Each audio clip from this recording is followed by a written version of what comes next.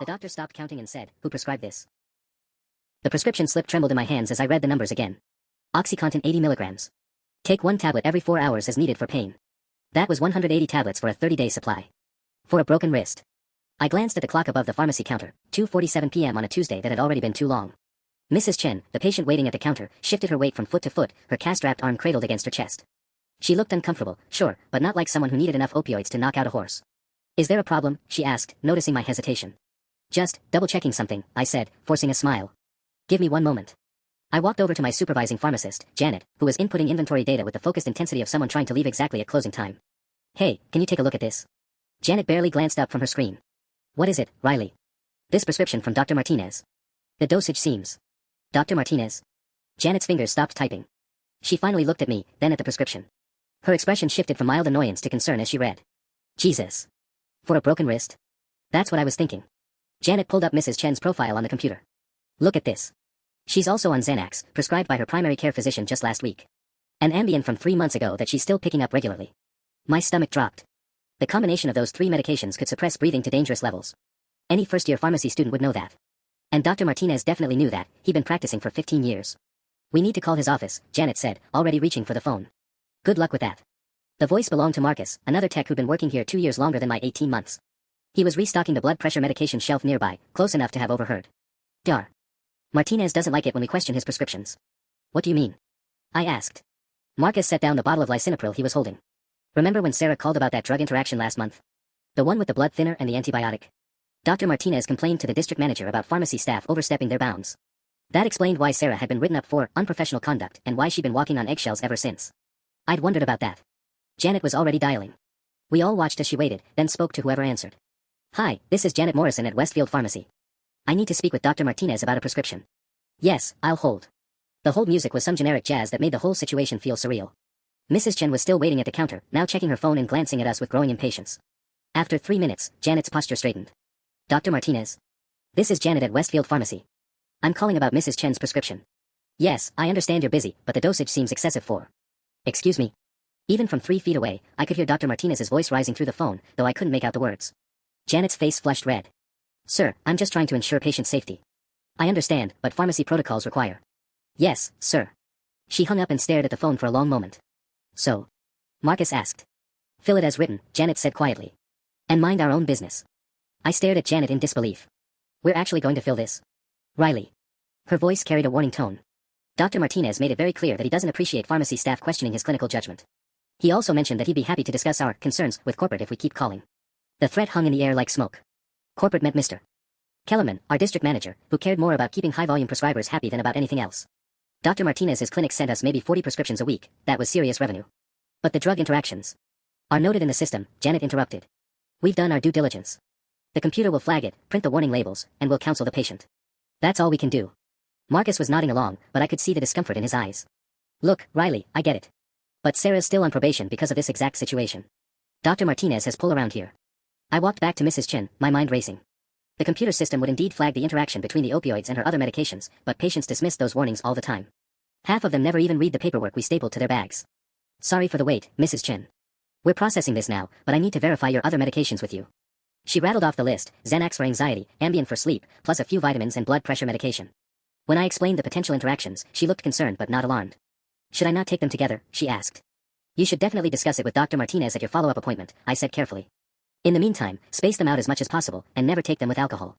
As I counted out the tablets, all 180 of them, I couldn't shake the feeling that I was loading bullets into someone's gun. Mrs. Chen's broken wrist would heal in 6 to 8 weeks. These pills would last her a month, with a refill available. What happened when the prescription ran out but the dependency didn't? After she left, I pulled up our system's reporting features, something I'd never really explored before. There was a function to flag unusual prescriptions for internal review, and another to report potential prescription abuse to the state monitoring system. "What are you doing?" Marcus appeared behind me, making me jump. "Just looking at something. Riley." His voice was serious now. "Whatever you're thinking about doing, don't. Dr. Martinez isn't just some random doctor. He's got privileges at 3 different hospitals, he's on the medical board at St. Mary's, and his brother-in-law is a county commissioner. Sarah learned the hard way that going up against guys like that doesn't end well for people like us." "People like us? Pharmacy techs are replaceable, Riley. Doctors who bring in revenue aren't. It's that simple." I logged out of the system, but I couldn't log out of my conscience. At home that night, I found myself researching Dr. Martinez online. His clinic's website showed a respectable practice focused on pain management and sports medicine. The reviews were mostly positive, though I noticed several recent ones mentioning very helpful with pain medication and understanding about chronic pain, language that seemed oddly similar across different accounts. I also looked up Sarah's incident from last month. According to the write-up that Marcus had mentioned, she'd inappropriately questioned a physician's prescription, causing patient dissatisfaction and potential liability issues for the pharmacy. Patient dissatisfaction. That's what they call preventing someone from potentially dying from a drug interaction. I started a document on my laptop that night. Just notes, I told myself.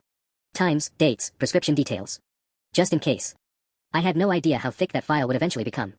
The next morning, I arrived at work 30 minutes early, something I'd never done before.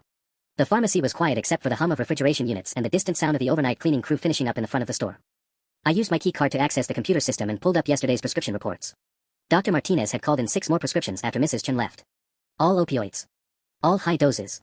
There was Michael Torres, 34, prescribed Percocet 10 mg for chronic back pain, 90 tablets, 3 refills. Jennifer Walsh, 42, got OxyContin 40 mg for post-surgical pain from a procedure that, according to her insurance notes, had happened 4 months ago. The timestamps on the prescriptions showed they'd all been called in within 20 minutes of each other, right around 4:30 p.m. I jotted down the details in my phone's notes app, then quickly logged out when I heard Janet's car door slam in the parking lot. "You're here early," she said, looking surprised as she unlocked the pharmacy gate. "Couldn't sleep. Thought I'd get a head start on inventory." Janet gave me a searching look. "Riley, about yesterday with Mrs. Chen. It's fine. You were just doing your job. We both were." She started the computer systems and began her opening routine. "Look, I've been doing this for 12 years. Sometimes you have to pick your battles.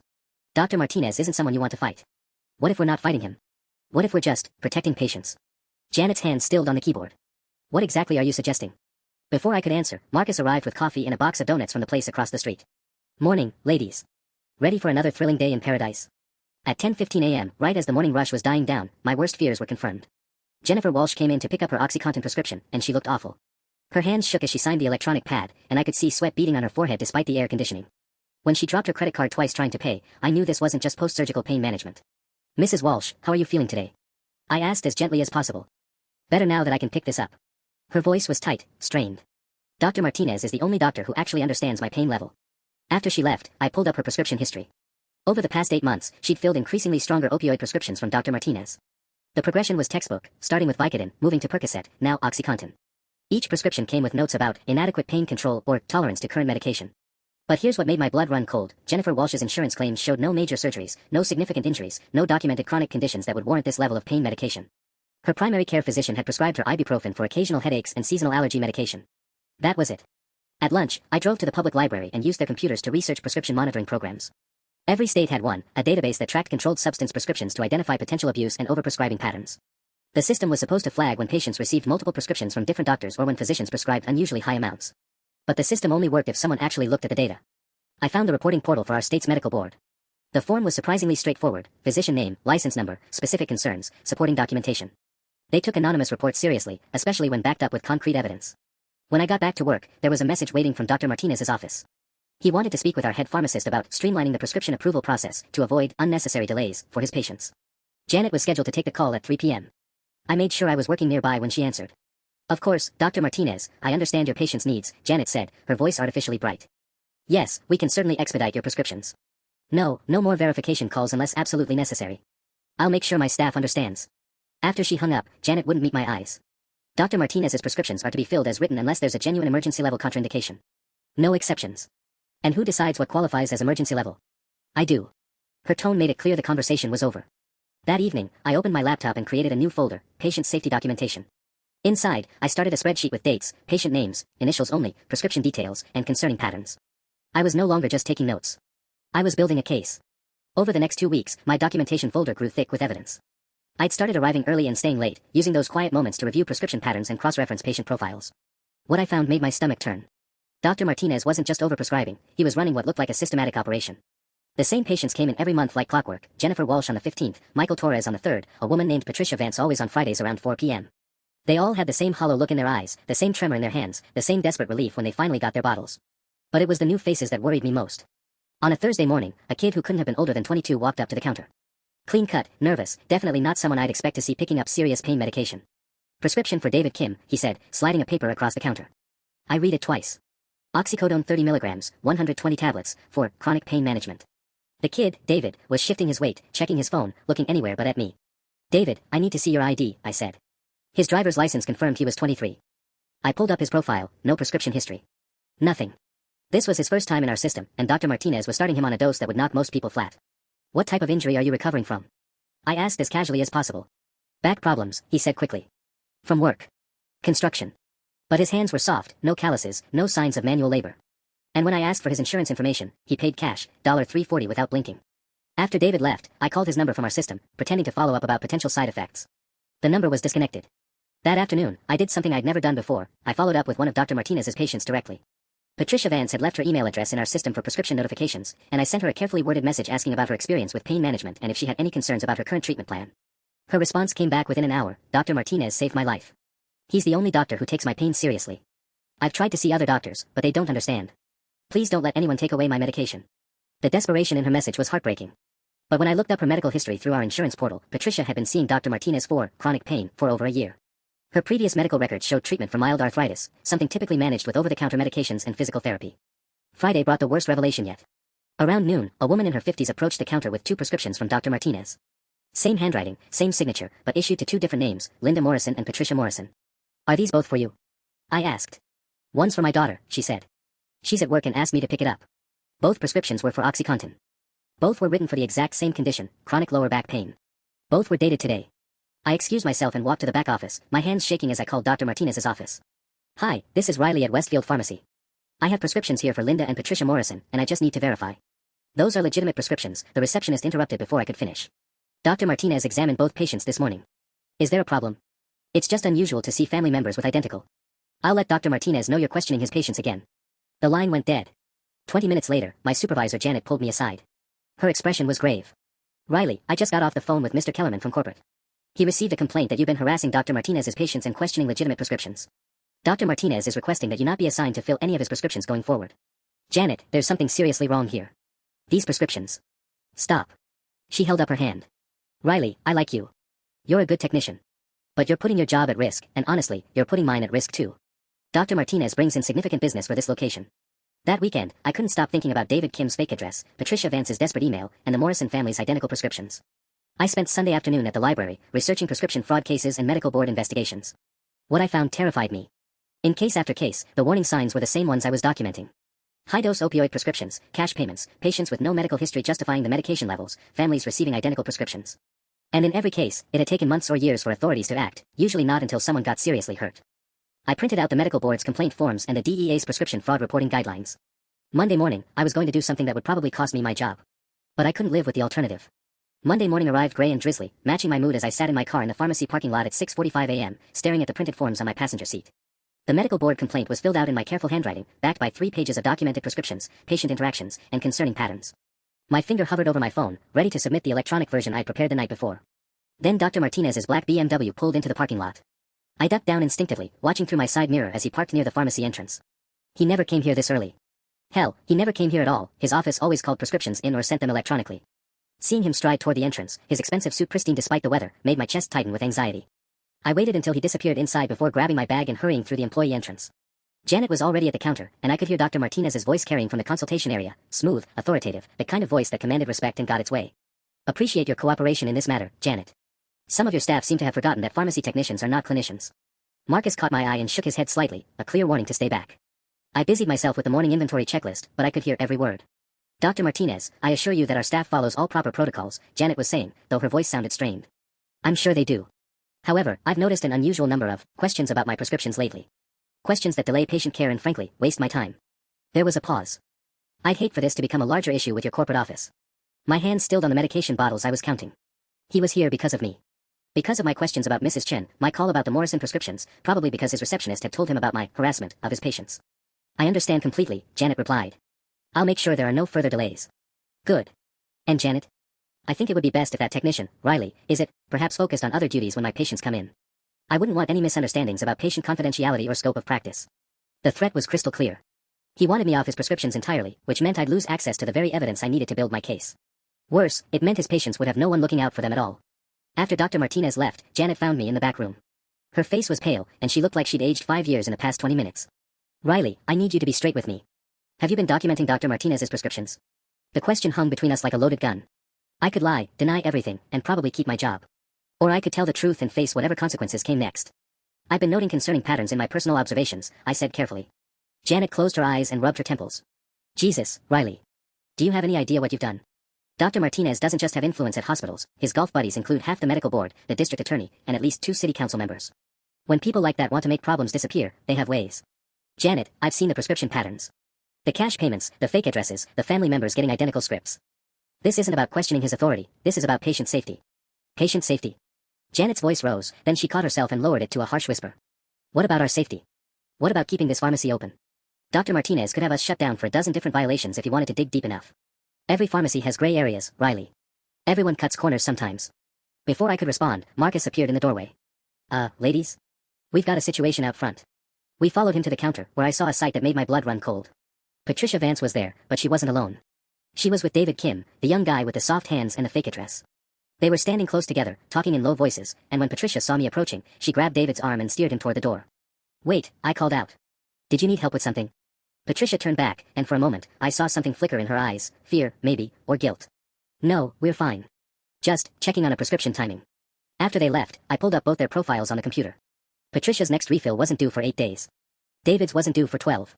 There was no legitimate reason for them to be here together, comparing notes about prescription timing. Unless they were coordinating something else entirely. My phone buzzed with a text from an unknown number, mind your own business, or you'll regret it. The forms on my passenger seat suddenly felt like they weighed 1,000 pounds. That afternoon, everything went sideways when Mrs. Chin returned. I was restocking the blood pressure medications when I heard her voice at the counter, higher pitched than usual, talking rapidly to Marcus about needing just a few more pills to get through the week. When I looked over, she was clutching her purse with white knuckles, and a cast that had been on her wrist 3 weeks ago was nowhere to be seen. Mrs. Chen, I said, approaching the counter. How's your wrist healing? Her eyes darted to Marcus, then back to me. Oh, it's much better. But still painful, you know. Especially at night. Dr. Martinez said I might need the medication a little longer than expected. But I could see her wrist clearly now. No swelling, no discoloration, full range of motion as she gestured. Whatever injury she'd had was completely healed. Did you bring a new prescription? Marcus asked. Dr. Martinez said you could give me just enough for a few days until my appointment tomorrow. Maybe 10 pills. My heart sank. She was asking us to dispense medication without a prescription, something that could cost us our licenses and close down the pharmacy. But more importantly, Mrs. Chen had transformed from a confused patient with a broken wrist into someone desperately seeking pills for an injury that no longer existed. Ma'am, we can't dispense controlled substances without a valid prescription, Marcus explained gently. But if Dr. Martinez wants to call in a new prescription. He's in surgery all afternoon. Her voice was getting more agitated. Look, I've been coming here for years. You know me. I'm not some drug seeker. I just need something to get through until tomorrow. The words, drug seeker, hung in the air like an accusation she was making against us for even thinking it. But that's exactly what this looked like, and we all knew it. Janet emerged from the back office, probably drawn by Mrs. Chen's rising voice. Is everything all right? This is Mrs. Chen, I said meaningfully. She was asking about getting a partial fill on her pain medication. Janet's expression tightened almost imperceptibly.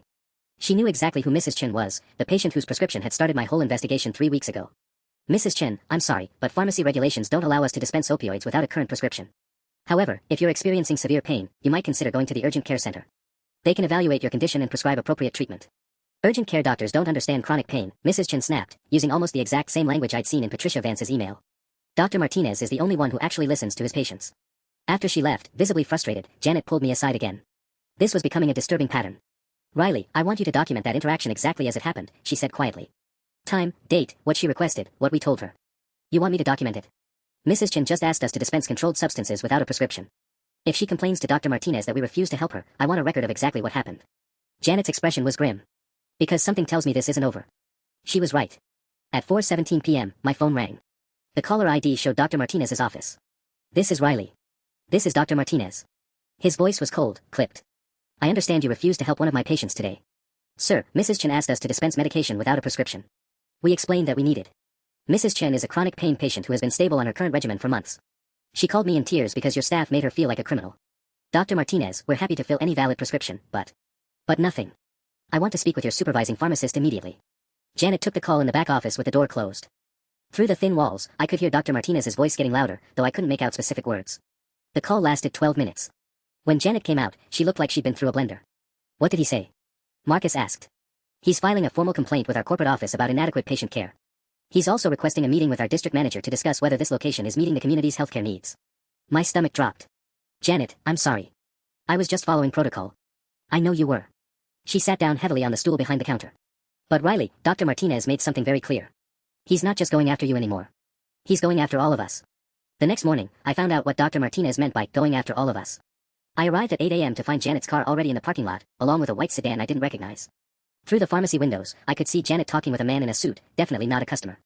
My badge wouldn't work at the employee entrance, which was weird, so I had to walk around to the front of the store. "Riley," Janet called out when she saw me. Her voice sounded strained. "This is Mr. Kellerman from corporate, and this is Inspector Williams from the State Board of Pharmacy."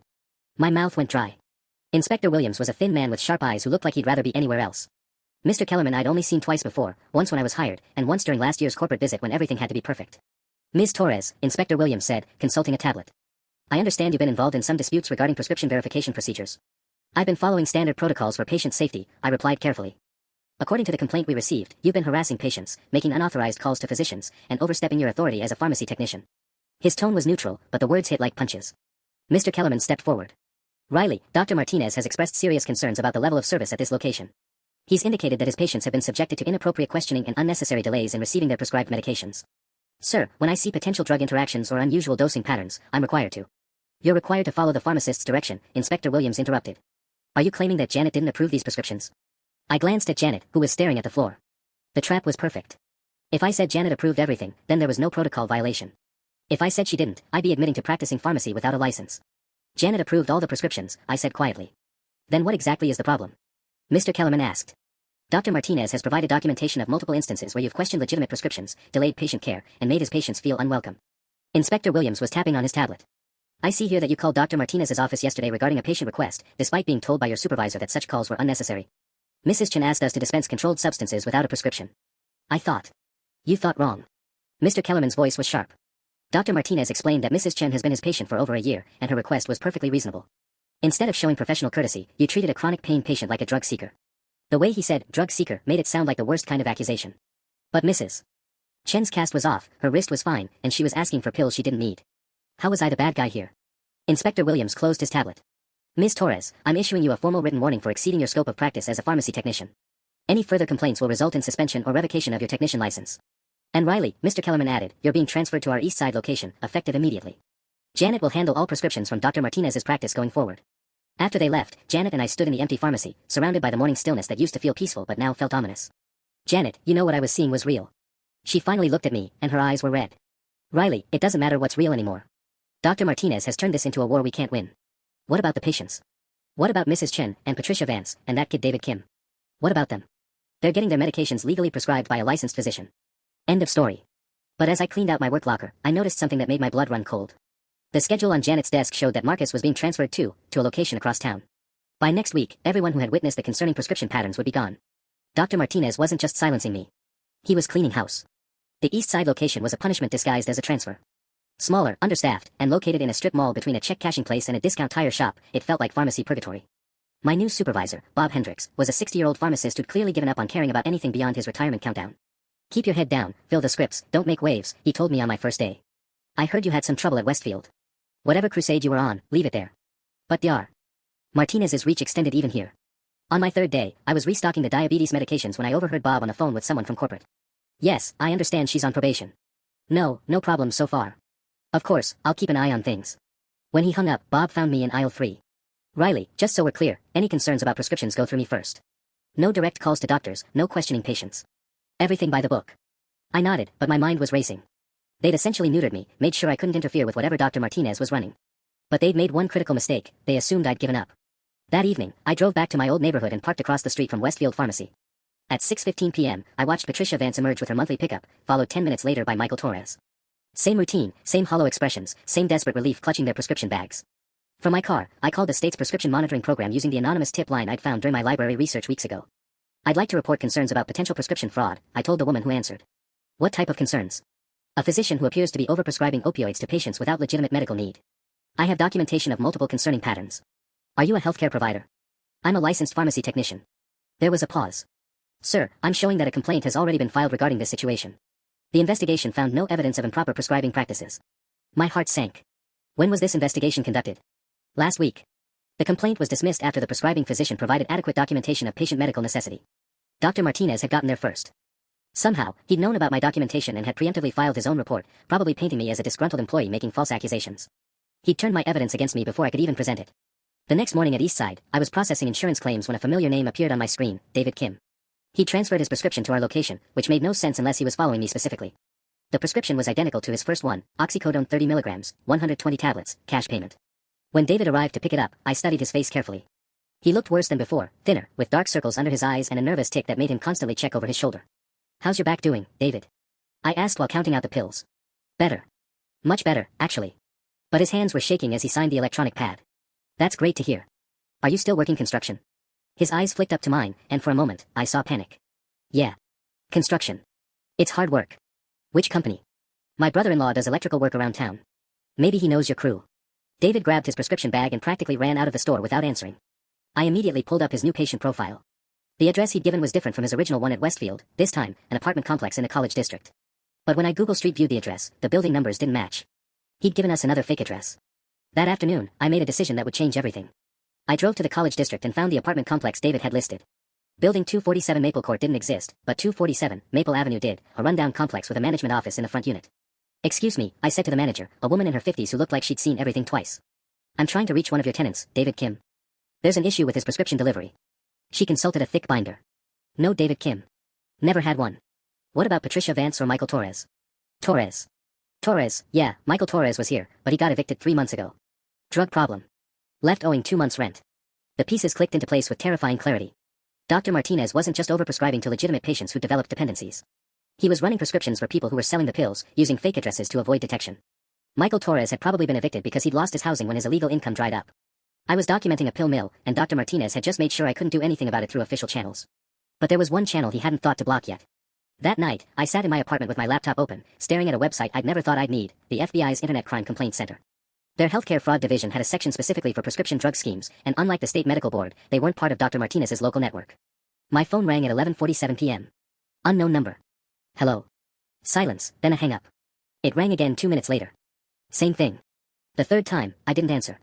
But the calls kept coming, every few minutes until I finally turned my phone off at 1:30 a.m. Someone was sending a message, and it wasn't subtle. The next morning at Eastside, Bob pulled me aside before we'd even opened. His face was grim, and he was holding a printed email. "Riley, I got a complaint about you yesterday. From a patient named David Kim." My stomach dropped. "What kind of complaint?"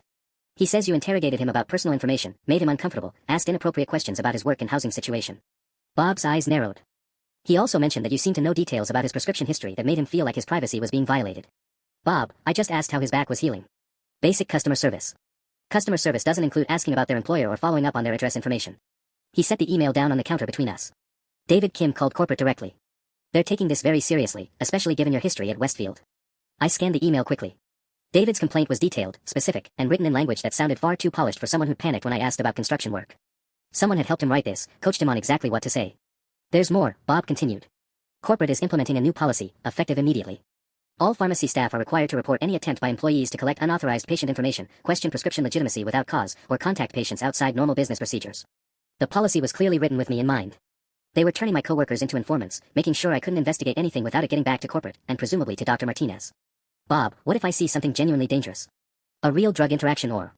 "Then you follow the computer prompts, provide the standard counseling, and document everything properly. That's it." His voice softened slightly. "Riley, I don't know what you think you're fighting, but you need to understand something. Pharmacy technicians don't investigate doctors. We fill prescriptions. Period." At lunch, I drove to the public library again, but this time I wasn't researching regulations or complaint forms. I was looking up investigative journalists who specialized in healthcare fraud. If official channels were blocked, maybe I needed to find someone who could shine a light on what Dr. Martinez was doing. The Westfield Tribune had a health reporter named Sarah Chen, no relation to Mrs. Chen from the pharmacy, who'd written several articles about prescription drug abuse in our area. Her most recent piece, published just 2 months ago, discussed the rising number of opioid-related emergency room visits and the challenges of identifying pill mills. I crafted a careful email. "Miss Chen, I'm a pharmacy technician with concerns about potential prescription fraud in our community. I have documentation that might interest you. Could we meet to discuss?" Her response came back within an hour. "I'd be very interested in speaking with you. However, I should mention that I recently received a legal warning from a local physician's attorney regarding my reporting on prescription practices. Are you prepared for potential legal challenges?" Dr. Martinez was covering all his bases. He'd neutralized the regulatory agencies, isolated me from other pharmacy staff, and now he was threatening journalists who might investigate prescription fraud. But the fact that Sarah Chen was still willing to meet meant he hadn't scared everyone off yet. We arranged to meet at a coffee shop in the next town over, somewhere neither of us would be recognized. As I drove there after work, I kept checking my rearview mirror, paranoid that someone might be following me. The anonymous phone calls from the night before had left me jumpy, and David Kim's obviously coached complaint proved that Dr. Martinez's operation was more sophisticated than I'd realized. Sarah Chen was younger than I'd expected, maybe 30, with sharp eyes and a notebook already open when I arrived. She'd chosen a corner table where we could talk quietly. "Tell me what you've observed," she said after I'd explained my background. For the next hour, I walked her through everything, the impossible prescription dosages, the patients with fake addresses, the coordinated pickup times, the way legitimate patients like Mrs. Chen had transformed into desperate pill seekers. I showed her my documentation, careful not to reveal actual patient names but providing enough detail to demonstrate the patterns. Sarah took notes rapidly, occasionally asking pointed questions that showed she understood the implications. How many patients are we talking about? At least 12 that I documented personally, but I was only there for 18 months, and I was transferred before I could see the full scope. And you're certain these prescriptions don't correspond to legitimate medical conditions? Patricia Vance's insurance records show treatment for mild arthritis. David Kim has no medical history justifying high-dose opioids. Michael Torres was evicted from his apartment, probably because his illegal income dried up. Sarah closed her notebook and studied my face. Riley, what you're describing sounds like a systematic pill mill operation. If you're right, this could involve dozens of patients and hundreds of thousands of dollars in fraudulent prescriptions. But I need to warn you, people who expose operations like this often face serious retaliation. As if summoned by her words, my phone buzzed with a text from another unknown number. Stop digging or you'll find more than you bargained for. Sarah saw my expression change as I read the message. What is it? I showed her the text. She photographed it with her phone immediately. Riley, I think you're in deeper than you realize. And I think Dr. Martinez knows exactly what you're trying to do. The next morning, I woke up to find my car's windshield wipers torn off and my driver's side mirror dangling by its wires. The message was clear: we know where you live, we know what you drive, and we can get to you anytime we want. I called in sick to Eastside, the first sick day I'd taken in over a year, and spent the morning at the police station filing a vandalism report. Officer Martinez, no relation to the doctor, thankfully, took my statement with the kind of bored efficiency that told me nothing would come of it. Any idea who might have done this? He asked, not looking up from his paperwork. I think it's related to a workplace situation, I said carefully. I've been receiving threatening phone calls and text messages. Now he looked up.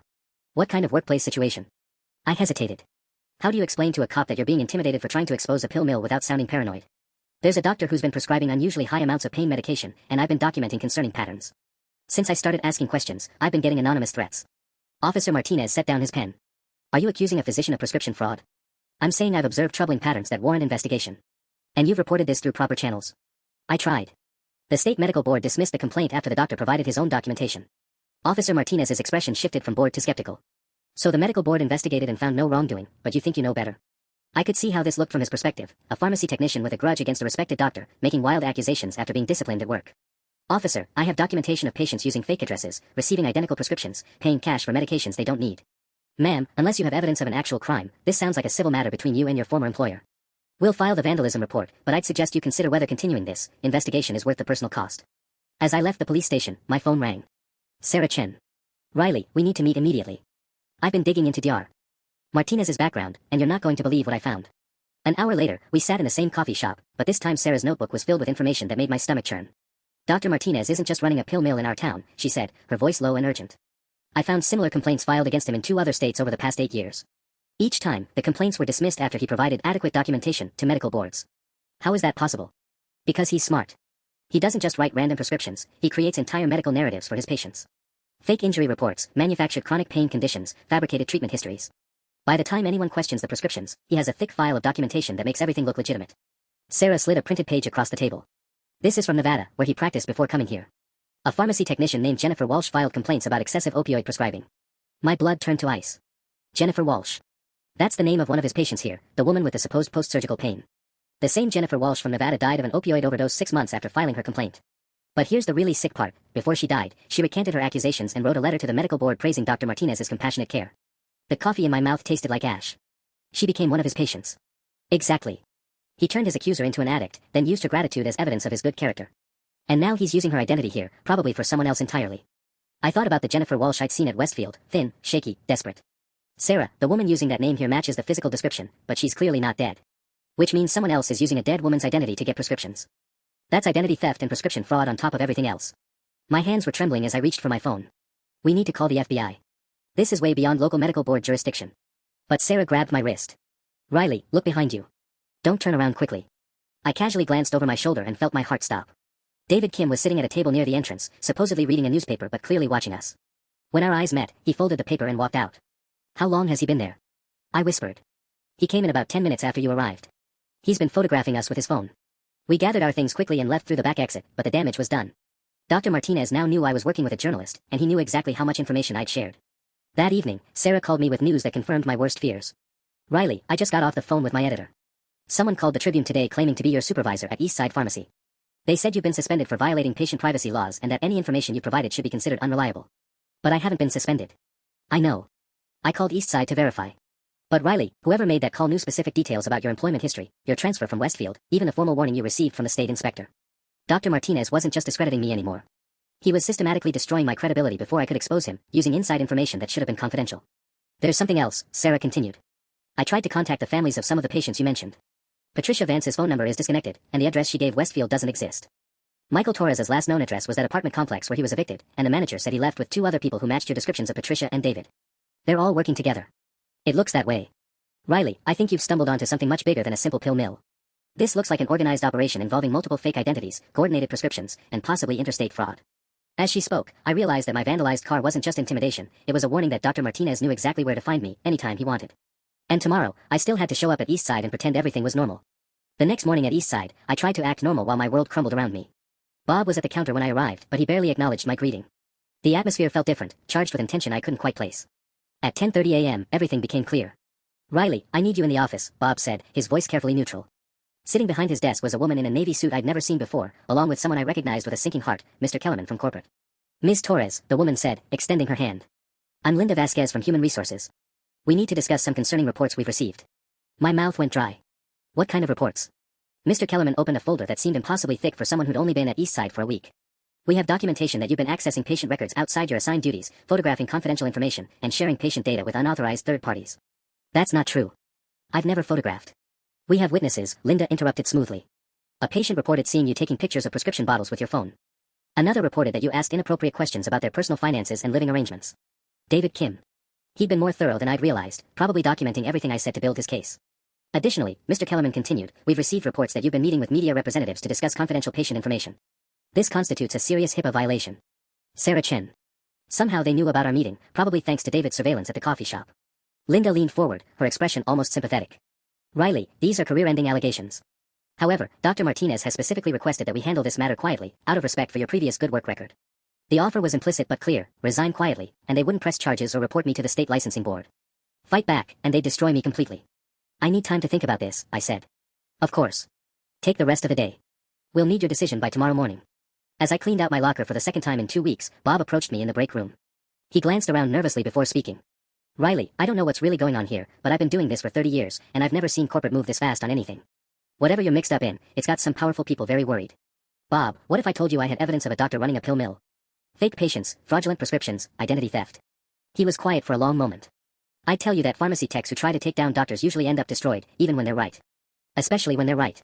That afternoon, I sat in my apartment staring at my laptop screen. Sarah had sent me the draft of her article, a devastating expose of Dr. Martinez's operation that connected the dots between Nevada, our town, and probably other locations we hadn't discovered yet. It was thorough, well-researched, and would likely end his medical career. But it would also end mine. My phone buzzed with another unknown number. This time, I answered. Ms. Torres. The voice was professional, unfamiliar. This is Agent Rebecca Morrison with the FBI Healthcare Fraud Unit. I understand you have information about prescription fraud in your area. We'd like to meet with you as soon as possible. My heart pounded. How did you get my number? Ms. Chen from the Tribune contacted us after your meeting yesterday. She provided preliminary information that we find very concerning. Ms. Torres, if what she's told us is accurate, you may be the key witness in a federal investigation. For the first time in weeks, I felt a spark of hope. Dr. Martinez might have neutralized local authorities and intimidated journalists, but the FBI was a different game entirely. Agent Morrison, there's something you should know. I think they're planning to fire me tomorrow to discredit my testimony. Then we need to meet tonight. Are you available at 8 p.m.? As I hung up, I realized that tomorrow's meeting at Eastside wasn't just about my job anymore. It was about whether Dr. Martinez's operation would continue destroying lives, or whether someone would finally hold him accountable. The real fight was just beginning. Agent Morrison chose a diner 20 miles outside town for our meeting, the kind of place truckers stop at 2 a.m., with cracked vinyl booths and coffee that could strip paint. She was younger than I'd expected, maybe mid-30s, with the kind of alert eyes that missed nothing. Ms. Torres, before we begin, I need you to understand something, she said, sliding into the booth across from me. What you're describing isn't just a local pill mill. We've been tracking Dr. Martinez for 18 months as part of a multi-state investigation. My coffee cup stopped halfway to my lips. You already know about him. We know pieces. Nevada, Arizona, now here. Each time he sets up the same operation, recruit vulnerable people to pose as patients, create elaborate medical histories to justify prescriptions, then move the pills through a distribution network. Agent Morrison opened a tablet and showed me a map with red dots scattered across 3 states. What we haven't been able to prove is the scope of his organization. How many people are involved? We estimate at least 40 fake patients across all locations, generating roughly $2 million annually in fraudulent prescriptions. She leaned forward. Riley, the people you've been observing, Patricia, David, Michael, they're not random drug seekers. They're employees. The diner suddenly felt too warm. Employees? David Kim isn't his real name. We know him as David Chen, originally from Nevada. He followed Dr. Martinez here along with 8 other members of what we're calling the patient network. They get paid a percentage of each prescription street value, plus housing and transportation. I thought about David's panic when I asked about construction work, his soft hands, his fake addresses. So when I saw Patricia and David together at the pharmacy, they were probably coordinating their pickup schedules to avoid detection. Dr. Martinez runs this like a business, with shift schedules and quotas for each fake patient. Agent Morrison swiped to another screen showing financial records. Here's where it gets interesting. The money isn't just funding drug sales, it's being funneled through a network of shell companies that appear to be financing other operations. We think Dr. Martinez is part of something much larger. My hands were shaking as I reached for my phone. Agent Morrison, I have recordings. What kind of recordings? I started documenting everything after the first few concerning prescriptions. Phone calls with Dr. Martinez's office, conversations with patients, even some video of the coordinated pickups. I've been taking notes and occasional recordings for weeks, storing everything in a cloud drive that Dr. Martinez's people wouldn't know about. Agent Morrison's eyes lit up. Riley, that evidence could be crucial. But I need to warn you, if Dr. Martinez discovers you're cooperating with federal investigators, you could be in serious danger. As if on cue, my phone buzzed with a text from an unknown number. Meeting with FBI agents is bad for your health. Agent Morrison saw my face change and immediately signaled to someone I hadn't noticed, a man in a Carhartt jacket sitting at the counter, apparently just another late-night diner customer. He approached our table, and I realized he was also federal law enforcement. Agent Davis, he said, showing his badge. Ms. Torres, we've had surveillance on you since yesterday. Someone has been following you. Following me. Black sedan, 2 occupants. They photographed you entering this diner and have been circling the parking lot every 20 minutes. Agent Davis consulted his phone. We ran the plates, rental car paid for by one of Dr. Martinez's shell companies. Agent Morrison closed her tablet. Riley, we need to accelerate our timeline. Can you go back to work tomorrow and act normal while wearing a wire? They're planning to fire me tomorrow morning. I'm supposed to resign to avoid HIPAA violation charges. Perfect cover, Agent Morrison said grimly. If you're wearing a wire during that meeting, we might be able to record them admitting to fabricating evidence against you. That gives us conspiracy and obstruction charges to add to the prescription fraud. Agent Davis handed me a business card. There's a phone number on the back. If you feel unsafe at any point tomorrow, call that number and say, I need to reschedule my appointment. We'll have backup at your location within 5 minutes. As we prepared to leave through separate exits, Agent Morrison grabbed my arm. Riley, what you're doing tomorrow isn't just about stopping Dr. Martinez. We believe his organization has expanded into identity theft, money laundering, and potentially human trafficking. Some of those fake patients may not be willing participants. The thought of Jennifer Walsh, the real Jennifer Walsh who died in Nevada, hit me like a physical blow. How many other people had Dr. Martinez destroyed while building his empire? Agent Morrison, what happens if this goes wrong tomorrow? Then Dr. Martinez disappears, sets up shop in another state, and destroys more lives. Her expression was steel. That's why it can't go wrong. Driving home, I checked my rearview mirror constantly, spotting the black sedan Agent Davis had mentioned. They weren't even trying to hide anymore. Dr. Martinez wanted me to know I was being watched, wanted me scared and isolated. But for the first time in weeks, I wasn't afraid. Tomorrow, I was going to end this.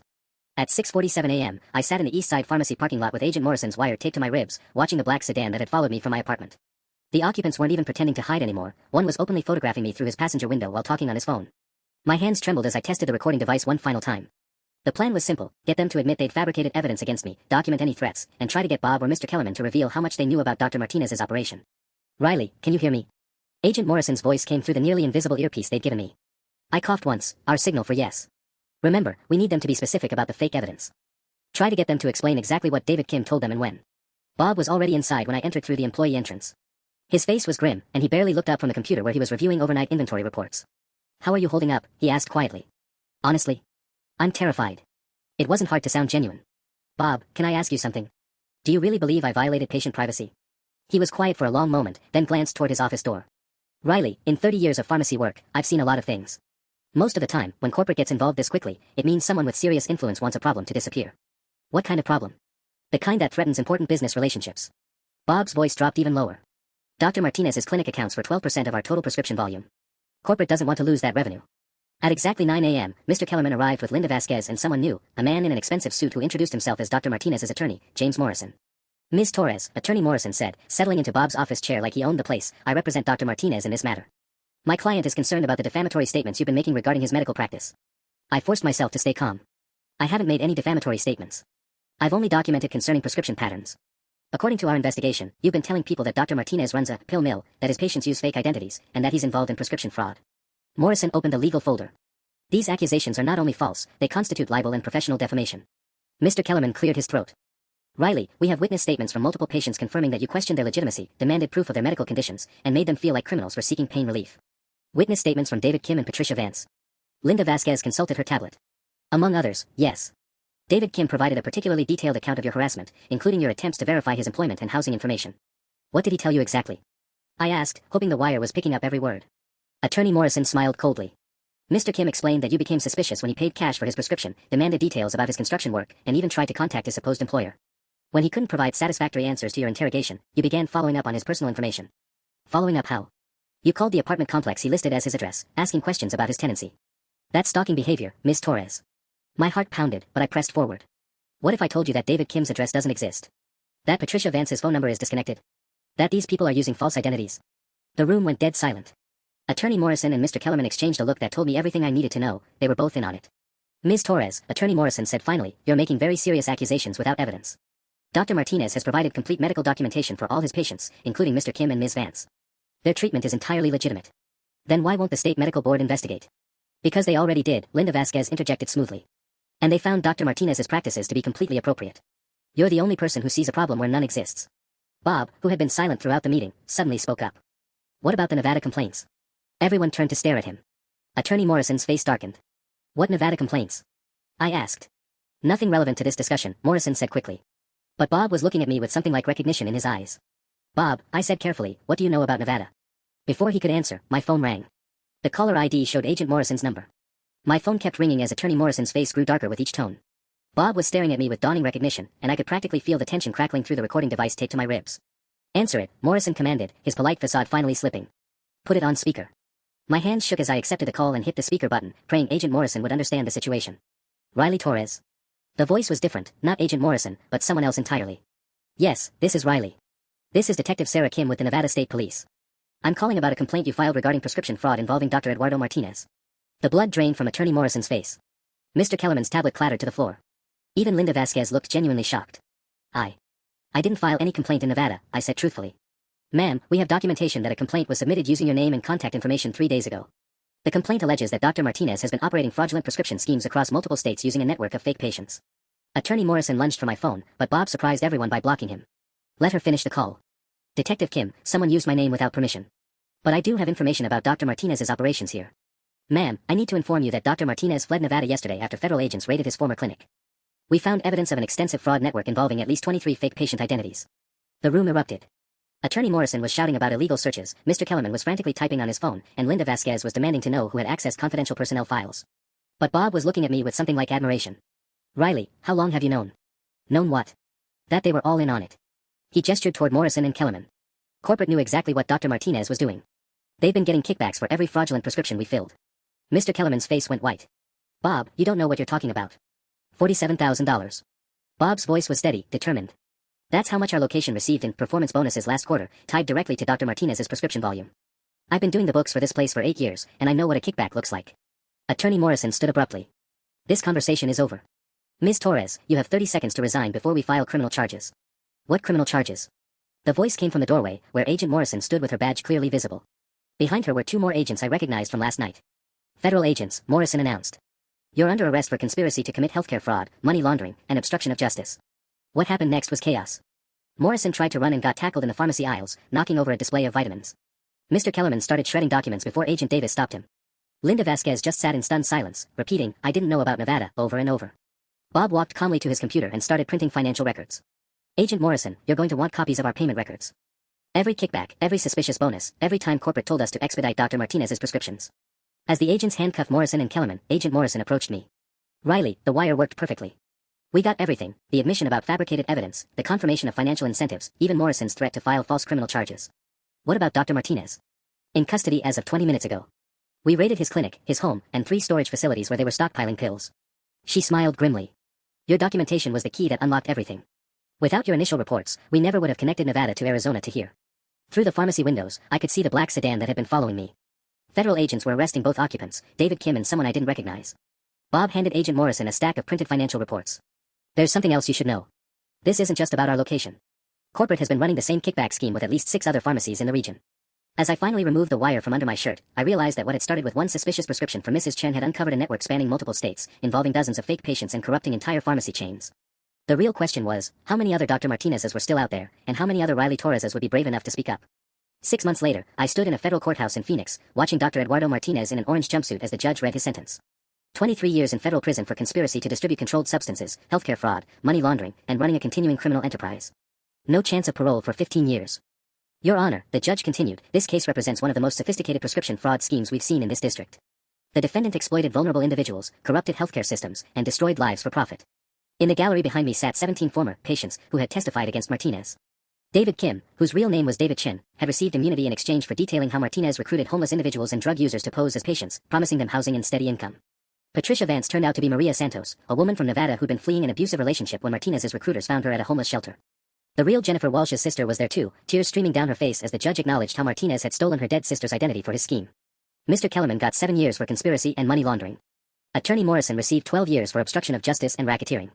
Linda Vasquez, who genuinely hadn't known about the kickback scheme, received probation in exchange for her cooperation. But the sentencing I was most interested in came 3 weeks later, back home. Janet Morrison, the state pharmacy board chairman, announced, "You are hereby stripped of your pharmacist license for knowingly participating in prescription fraud and failing in your duty to protect patient safety." Janet sat at the defendant's table, looking nothing like the confident supervisor who'd once told me to mind my own business. The investigation had revealed that she'd received over $30,000 in personal bonuses tied directly to Martinez's prescription volume. She'd known exactly what was happening and had chosen profit over patients. The board finds that Ms. Morrison's actions directly endangered vulnerable individuals and violated the most fundamental principles of pharmaceutical practice, the chairman continued. Her license is permanently revoked. As for me, I was sitting in the gallery wearing the uniform of my new employer, the FBI Healthcare Fraud Unit. Agent Morrison had offered me a position as a pharmaceutical fraud specialist 3 months ago, and I'd accepted immediately. My job now was training other pharmacy staff to recognize the warning signs I documented in that first case. The Morrison case, as it became known in law enforcement circles, had led to the dismantling of prescription fraud operations in 7 states. Over 180 people were arrested, including 12 physicians, 43 pharmacy personnel, and dozens of recruited fake patients. The final piece came together when Bob Hendricks was called to testify. He'd kept detailed financial records that proved the conspiracy reached all the way up to corporate headquarters. The entire Westfield pharmacy chain was sold to new owners after their leadership was indicted. Riley, Agent Morrison said as we left the courthouse, "There's something you should know. Remember Mrs. Chen, the patient whose prescription started all this? Of course. Is she okay? More than okay. She completed a rehabilitation program and has been clean for 4 months. She specifically asked us to thank you." Agent Morrison handed me a handwritten note to the pharmacy tech who saved my life by asking questions when everyone else just filled prescriptions. "Thank you for caring enough to risk everything." That evening, I drove past the old Westfield location, now permanently closed. A sign in the window read, "This facility was shuttered due to federal healthcare fraud violations." My phone buzzed with a new case assignment, reports of suspicious prescribing patterns at a clinic in Tucson. Another doctor who thought pharmacy techs were too insignificant to matter. Another chance to prove him wrong. I started the car and headed home to pack. Tomorrow, I'd ask the questions that needed asking, no matter who told me to mind my own business. Because someone has to count the pills. Someone has to ask, who prescribed this? And sometimes, that someone changes everything.